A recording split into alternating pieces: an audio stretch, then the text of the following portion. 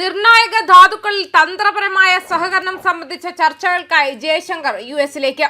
US state secretary Marco Rubio വിളിച്ചു ചേർത്ത critical minerals മന്ത്രിതല യോഗത്തിൽ പങ്കെടുക്കാൻ വിദേശകാര്യമന്ത്രി എസ് ജയശങ്കർ ഫെബ്രുവരി 2 മുതൽ 4 വരെ അമേരിക്ക സന്ദർശിക്കുമെന്ന് വിദേശകാര്യ മന്ത്രാലയത്തിന്റെ ഔദ്യോഗിക പ്രസ്താവനയിൽ പറയുന്നുണ്ട്. വിതരണ ശൃംഖലയിലെ പ്രതിരോധശേഷി, ശുദ്ധമായ ഊർജ്ജ പരിവർത്തനം, നിർണായക ധാതുക്കളിലെ തന്ത്രപരമായ സഹകരണം എന്നിവയിൽ മന്ത്രിതല യോഗം ശ്രദ്ധ കേന്ദ്രീകരിക്കും. സന്ദർശനവേളയിൽ വിദേശകാര്യമന്ത്രി യുഎസ് ഭരണകൂടത്തിലെ മുതിർന്ന അംഗങ്ങളുമായും കൂടിക്കാഴ്ചകൾ നടത്തും. ഫെബ്രുവരി 4-ന് US state secretary Marco Rubio നടത്തുന്ന ക്രിട്ടിക്കൽ മിനറൽസ് മിനിസ്റ്റീരിയലിന്റെ ഉദ്ഘാടന സമ്മേളനം നിർണായക ധാതു വിതരണ ശൃംഖലകളിലെ സഹകരണം ശക്തിപ്പെടുത്തുന്നതിന് ലോകമെമ്പാടുമുള്ള പങ്കാളികളെ ഒരുമിച്ച് കൊണ്ടുവരുമെന്ന് മന്ത്രിതല യോഗത്തിന് മുൻപ് യുഎസ് സ്റ്റേറ്റ് ഡിപ്പാർട്ട്മെന്റ് ജനുവരിയിൽ പറഞ്ഞിരുന്നു.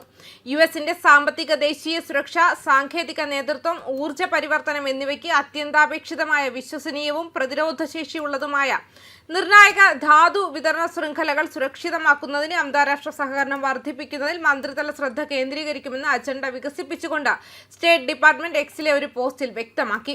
ഫെബ്രുവരി 4-ന് സെക്രട്ടറി മാർക്കോ റൂബിയോ ലോകമെമ്പാടുമുള്ള പങ്കാളികളെ ഉദ്ഘാടന ക്രിട്ടിക്കൽ മിനറൽസ് മന്ത്രിതലത്തിനായി സ്റ്റേറ്റ് ഡിപ്പാർട്ട്മെന്റിലേക്ക് സ്വാഗതം ചെയ്തിട്ടുണ്ട്.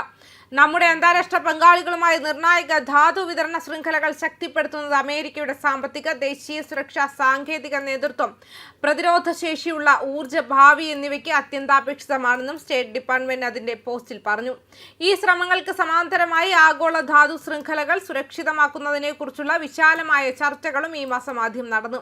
നിർണായകമായ ധാതു വിതരണ ശൃംഖലകളെ ശക്തിപ്പെടുത്തുന്നതിനും വൈവിധ്യവൽക്കരിക്കുന്നതിനുമുള്ള വഴികൾ പര്യവേക്ഷണം ചെയ്യുന്നതിനായി US treasury secretary Scott Bessent വാഷിംഗ്ടണിൽ ഒരു ഉന്നതതല ധനകാര്യ മന്ത്രിതല യോഗം വിളിച്ചു ചേർത്തു.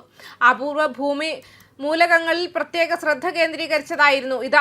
യുഎസ് ട്രഷറി വകുപ്പിന്റെ ഒരു പ്രസ്താവന പ്രകാരം Australia, Canada, European union, France, Germany, India, Italy, Japan, Mexico, ദക്ഷിണ കൊറിയ, യുണൈറ്റഡ് കിങ്ഡം എന്നിവ ഉൾപ്പെടെ പ്രധാന സമ്പദ് വ്യവസ്ഥകളിൽ നിന്നുള്ള ധനമന്ത്രിമാരെയും മുതിർന്ന ഉദ്യോഗസ്ഥരെയും യോഗം ഒരുമിച്ച് കൊണ്ടുവന്നു.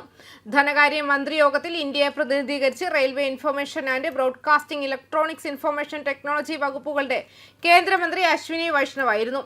അതേസമയം പ്രതിരോധ മേഖലയിലും ഇന്ത്യ യുഎസ് ഇടപെടൽ തുടരുകയാണ്. House armed services committee chairman Mike റോജേഴ്സിന്റെ നേതൃത്വത്തിലുള്ള യുണൈറ്റഡ് സ്റ്റേറ്റ്സ് കോൺഗ്രസ് പ്രതിനിധി സംഘം, ഇന്ത്യയിലെ യുഎസ് അംബാസിഡർ സെർജിയോ ഗോർ എന്നിവർ പ്രതിരോധ സെക്രട്ടറി രാജേഷ് കുമാർ സിംഗുമായി ചർച്ച നടത്തി. ജനുവരി 27-ന് നടന്ന യോഗത്തിൽ പ്രതിരോധ വ്യവസായം സഹകരണം കൂടുതൽ ആഴത്തിലാക്കുന്നതിനെക്കുറിച്ചും ഉഭയകക്ഷി സൈനിക ബന്ധങ്ങൾ മുന്നോട്ട് കൊണ്ടുപോകുന്നതിനെക്കുറിച്ചും വിപുലമായ ചർച്ചകൾ നടന്നതായി പ്രതിരോധ മന്ത്രാലയം അറിയിച്ചു. House armed services committee chairman Mike Rogers നേതൃത്വത്തിലുള്ള യുഎസ് കോൺഗ്രസ് പ്രതിനിധി സംഘം ഇന്ന് പ്രതിരോധ സെക്രട്ടറി ശ്രീ രാജേഷ് കുമാർ സിംഗിനെ കണ്ടു. പ്രതിരോധ വ്യവസായ മേഖലയിലെ സഹകരണം ശക്തിപ്പെടുത്തുന്നതിന് ഊന്നൽ നൽകിക്കൊണ്ട് അടുത്തിടെ സമാപിച്ച 10 വർഷത്തെ പ്രധാന പ്രതിരോധ പങ്കാളിത്ത ചട്ടക്കൂട് കരാർ ഉൾപ്പെടെ വിപുലമായ ചർച്ചകൾ അവർ നടത്തി. പ്രതിരോധ മന്ത്രാലയം എക്സിലെ ഒരു പോസ്റ്റിൽ പറഞ്ഞു. മാത്രമല്ല, സമീപ ആഴ്ചകളിൽ വ്യാപാരം, സുരക്ഷ, നിർണായക സാങ്കേതിക വിദ്യകൾ എന്നിവയിലെ യുഎസ് കോൺഗ്രസ് പ്രതിനിധി സംഘത്തോടൊപ്പം ആഭ്യന്തരമായി യുഎസ് എതിരാളികളുമായി ജയശങ്കർ സജീവമായി ഇടപഴകുന്നുണ്ടെന്നും അറിയിച്ചിട്ടുണ്ട്.